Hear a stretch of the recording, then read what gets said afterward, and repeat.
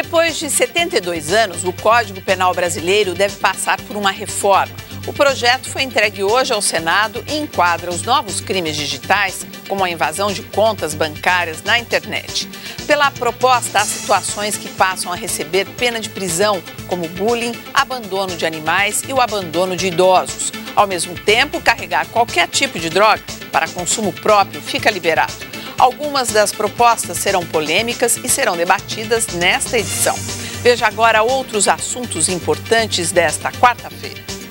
Corpo de pedreiro só vai ser enterrado 5 dias após a morte por atrasos nos serviços do Instituto Médico Legal de São Paulo.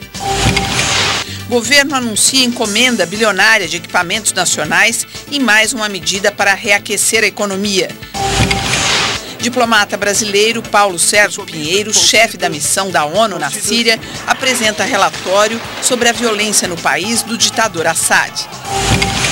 Na Inglaterra, a Rainha Elizabeth II aperta a mão do ex-terrorista do Exército Republicano Irlandês que lutou contra o domínio britânico. Um dia de expectativa para o torcedor corintiano. Vale acender vela com um símbolo do clube que daqui a pouco entra em campo pela Libertadores.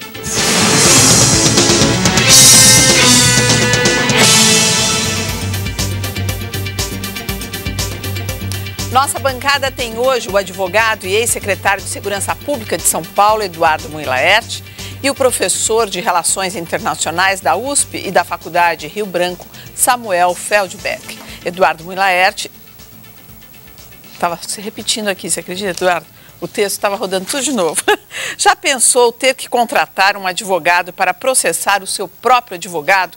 Isso acontece cada vez mais e por falta de prestação de contas dos profissionais, principalmente sobre os valores cobrados. Problemas como esse provocaram suspensão de 162 advogados pela OAB em São Paulo. Depois de perder a mãe atropelada por um ônibus, seu Gentil foi convencido por um advogado a processar a empresa.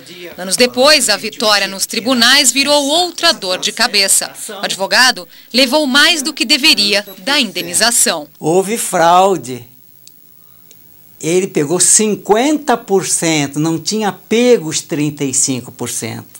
O aposentado teve que contratar outro advogado para receber o dinheiro que faltava. O caso foi parar na Ordem dos Advogados do Brasil.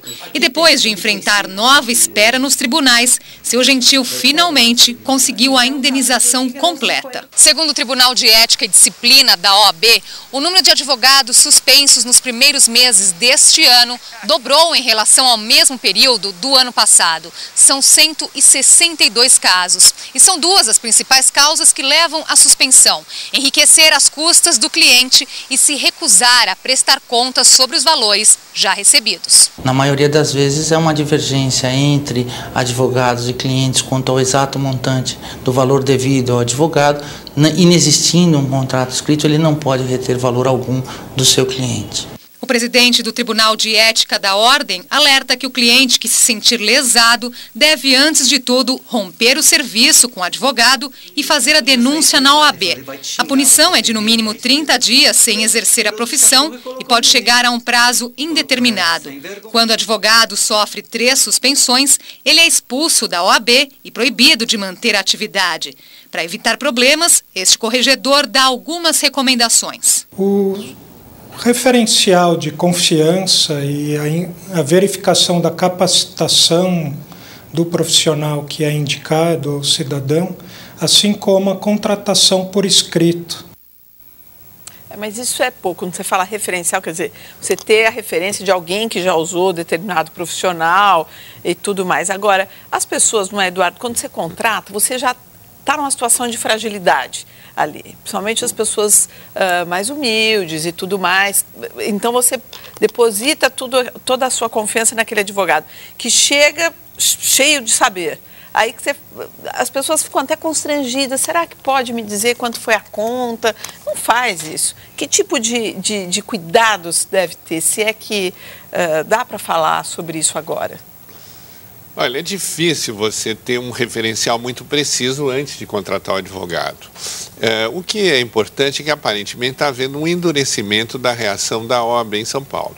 Eu até fiz parte da comissão de ética muitos anos atrás e cronicamente existem casos de advogados que não só se apropriam do dinheiro do cliente, às vezes o advogado pega os documentos do cliente e some e o cliente nunca mais encontra. Então, ele fica sem o dinheiro, sem os documentos e sem poder fazer um processo. No caso dos documentos, o que ele pode fazer? Ele faz antes de entregar a xeroca, faz uma xerox de tudo? Isso é o ideal. Agora, principalmente que a xerox vira um recurso relativamente fácil.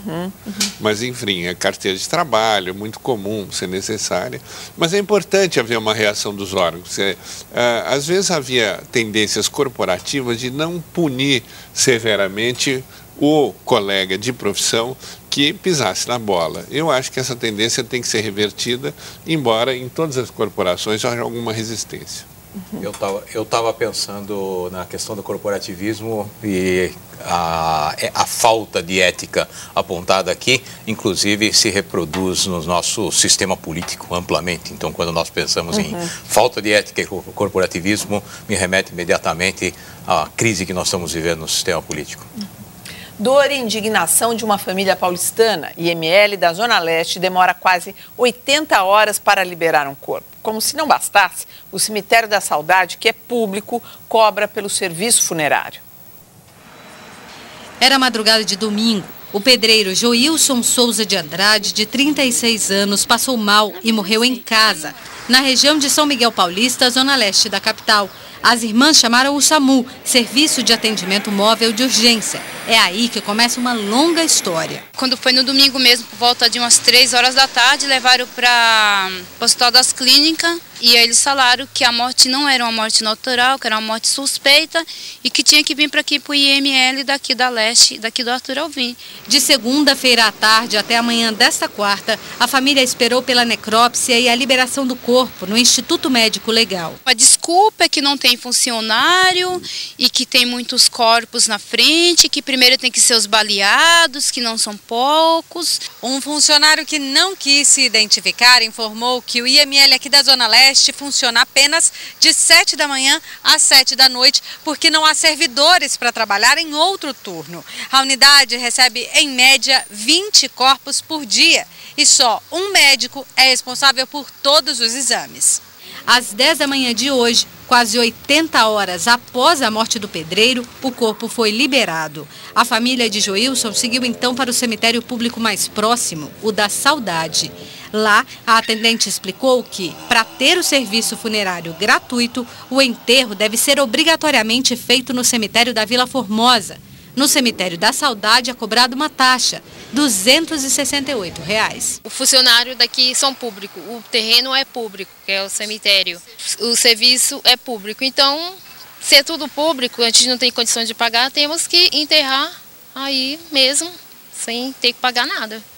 Isso que eu acho. Mas eles não deixaram? Não deixaram. Nem pagando as irmãs conseguiriam retirar o corpo do IML hoje. O transporte só será feito amanhã de manhã. A espera foi tão longa que a família não poderá se despedir de Joilson. O caixão terá que ser lacrado. Joilson será enterrado amanhã às 10 horas no Cemitério da Saudade e as irmãs do pedreiro terão que pagar R$ 268. O Serviço Funerário Municipal não quis se pronunciar. Já o IML, em nota, informou que há um concurso público em andamento para o preenchimento de 491 vagas. Por que ninguém quer trabalhar no IML?